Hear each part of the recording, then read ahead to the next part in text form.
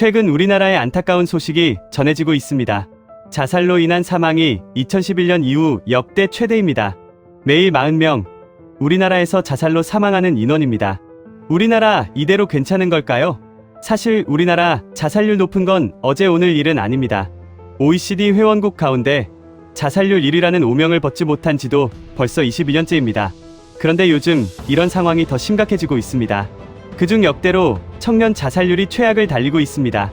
2024년 한 해에만 14,439명이 자살로 사망했습니다. 하루 평균 40명씩입니다. 10대에서 40대까지 사망 원인 1위가 자살이고요. 특히 19살에서 34살까지 청년 자살률은 2011년 이후 13년 만에 역대 최고치를 기록했습니다.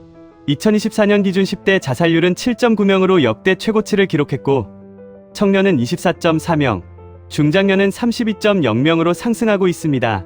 OECD 2025년 보고서에 따르면 한국의 연령표준화 자살률은 인구 10만 명당 26.2명으로 OECD 평균 10.7명의 2배 이상입니다.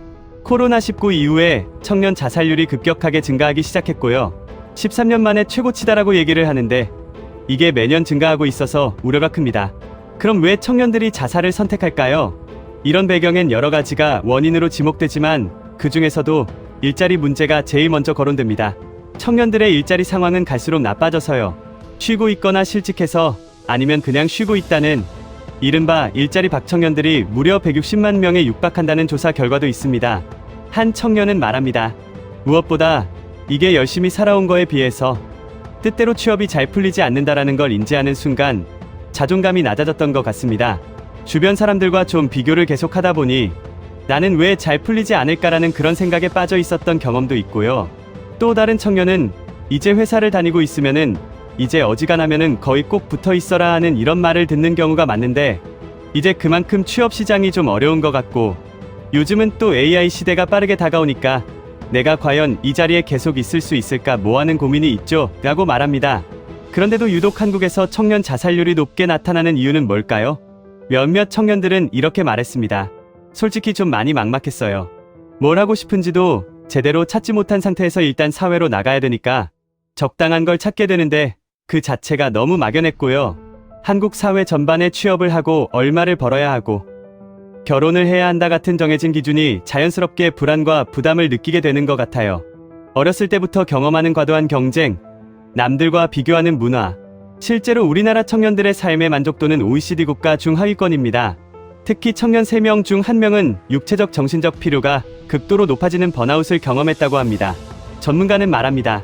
청년층은 생애 주기적으로 봤을 때 이 정신질환이 처음 발현되는 시기가 많습니다. 그 시기에 청년들이 맞닥뜨리는 환경이 너무 이제 가혹해졌다라고 생각할 수 있는 건데요. 더 그게 누적이 되면 우울이나 절망감이 커지고 자살 생각 같은 위험 신호가 더 쉽게 나타날 수 있습니다. 1인 가구 증가도 한 부분을 차지합니다. 이렇게 육체적 정신적으로 지친 우리 청년들에게 더 좋지 않은 환경 변화가 있습니다. 바로 1인 가구의 증가입니다. 전체 1인 가구의 3분의 1이 청년층인데 특히 지난 20년 새 무려 2배 가까이 늘었다고 해요.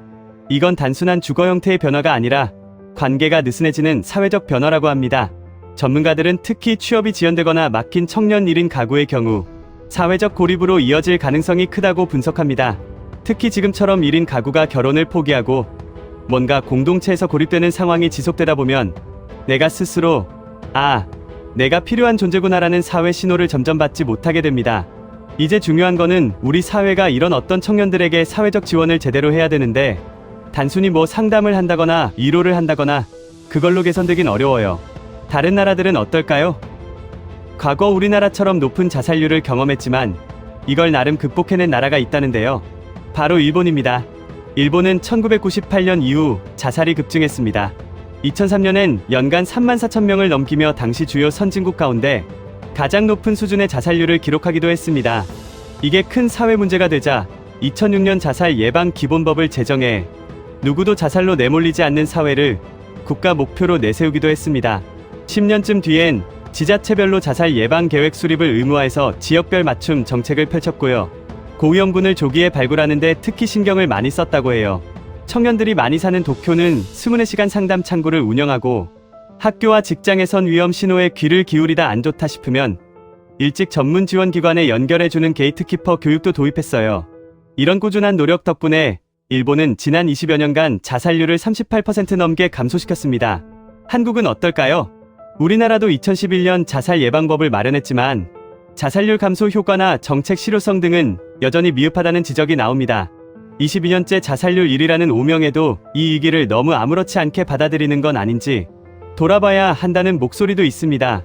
지금 우리나라의 자살 예방 정책의 1년 예산이 예전에 일본 예산은 한 10분의 1 정도라고 알고 있고요. 자살 방지 선진국들의 자료들과 비교해봐도 예산 크기가 너무 작아요.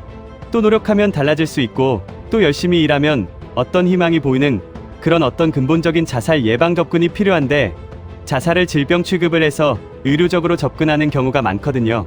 패러다임 자체가 좀 달라질 필요가 있어요. 매일 40명이 스스로 목숨을 끊는 나라. 청년 자살이 역대급 기록을 갈아치우는데도 큰 관심이 없는 나라.